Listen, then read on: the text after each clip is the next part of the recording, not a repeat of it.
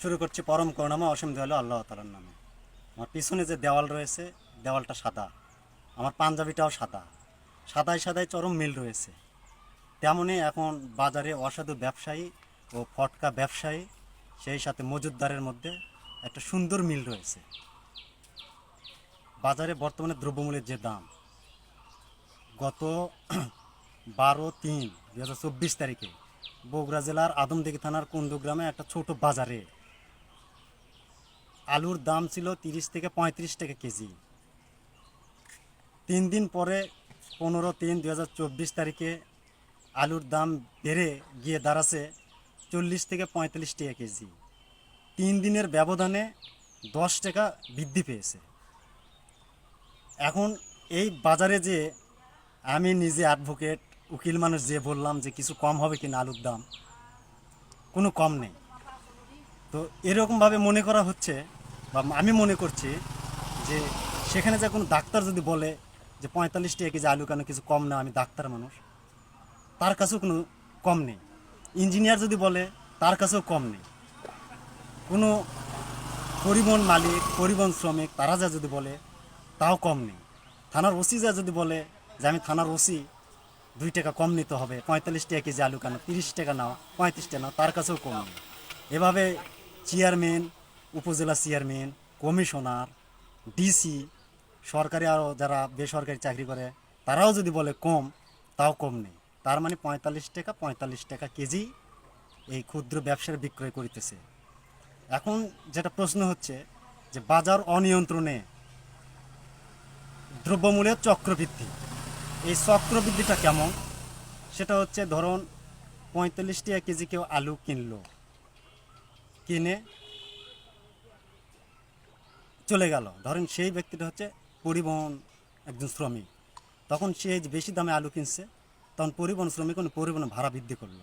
ওই পরিবহনে ধরেন একজন চাকরিজীবী ভাড়া দিল একটু বেশি, তখন ওই চাকরিজীবীর কাছে যখন আরেকজন ব্যক্তি কোনো নথিপত্র ফাইল এখান থেকে ওখানে সরাতে হবে, তখন তার কাছে গেলে তখন বলবে জিনিসপত্রের দাম বেশি, আমাকে একটু এক্সট্রা টাকা দিতে হবে, মানে সেটা বলে ঘুষ।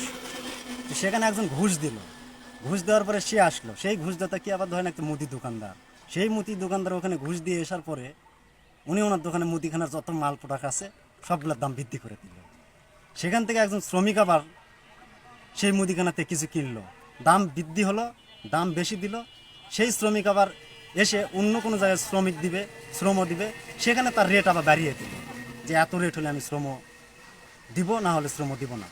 এভাবে যদি বাজার মূল্য যদি ঘুরে, তাহলে আমরা সবাই সবার করে একটা চক্রবৃদ্ধির মূল্যে আসি। একটা প্রোডাক্টের দাম বৃদ্ধি করলে যে যেখানে যে পেশায় রয়েছে সব পেশার মূল্য একবারে বৃদ্ধি পায়। এখন এই বাজার মূল্য যেটা আছে, আমরা তো সাধারণত দেখি বাজারে এই ক্ষুদ্র ব্যবসায়ীরা, এদের তো আর দোষারোপ করে লাভ নেই। দোষারোপ যেটা করতে হবে, সেই দোষারোপের মূল ভিত্তিটা হচ্ছে মজুতদারি। মজুতদারিটা হচ্ছে আইনেও বাধা রয়েছে, মজুতদারির বিষয়ে নিষেধ রয়েছে, এবং হাদিসেও মজুতদারির বিষয়ে নিষেধের কথা বলা রয়েছে। এখন এই মজুতদারি যারা মজুত রাখছে, এরা যখন দেখে নির্দিষ্ট একটা লভ্যাংশ নেওয়ার জন্য বাজারের দামটা চড়িয়ে দিচ্ছে, তখন যারা সাধারণ ব্যবসায়ী আছে তারা এই জিনিসটা ক্রয় করে এনে দাম মূল্য বৃদ্ধি পাচ্ছে। এখন এই জিনিসটা সরকারের সুনজর দৃষ্টি দিতে হবে। সেই সাথে বাণিজ্য মন্ত্রী রয়েছে, বাণিজ্য মন্ত্রীর সারা বাংলাদেশের যে এই সব নিয়ন্ত্রণ, এই নিয়ন্ত্রণ বিস্তারটা, প্রভাবটা ছড়িয়ে দিতে হবে। এটা আবার জেলা পর্যায়ে আসবে, জেলার থেকে ডিসি, ডিসির থেকে আবার নিয়ন্ত্রণ হয়ে ইউনো পর্যায়ে আসবে। ইউনো মহোদয় আইনের আশ্রয় নিয়ে এসব যারা মজুতদারি, কালোবাজারি আছে তাদেরকে তাদেরকে একটা আইনের আওতায় নিয়ে এসে সুশৃঙ্খলভাবে বাজারে নির্দিষ্ট সময়ের মধ্যে পণ্য বাজারজাত করে ছেড়ে দিতে হবে। আর আরেকটা বিষয় হচ্ছে, যারা অসাধু ব্যবসায়ী এবং ফটকা ব্যবসায়ী রয়েছে তাদেরও বিরুদ্ধে প্রশাসনিক একটা ব্যবস্থা থাকতে হবে, এবং নিয়মিত সেটা বাজারে টহল দিতে হবে, যে কোন দোকানে কোন জিনিসের দাম বৃদ্ধি পাচ্ছে, কোনটা চরম বৃদ্ধি পাচ্ছে। এই জিনিসটা প্রতিদিন যদি নিয়মিত টহল দেয়, তাহলে সাধারণ যারা ক্রেতা রয়েছে এবং তার সাথে বিক্রেতা রয়েছে, দুটার মধ্যে সামঞ্জস্য বোধ পাবে, বাজার নিয়ন্ত্রণও বজায় থাকবে। পরিশেষে যেটা বলতে চাচ্ছি, যে বাজার অনিয়ন্ত্রণে দ্রব্যমূল্যের যে চক্র বৃদ্ধি রয়েছে, এই চক্রবৃদ্ধির কবল থেকে বাঁচতে হলে প্রশাসনিক যে কার্যাবলী রয়েছে এটা সক্রিয়ভাবে বজায় রাখতে হবে। পরিশেষে ভালো থাকবেন, সুস্থ থাকবেন। আসসালামু আলাইকুম।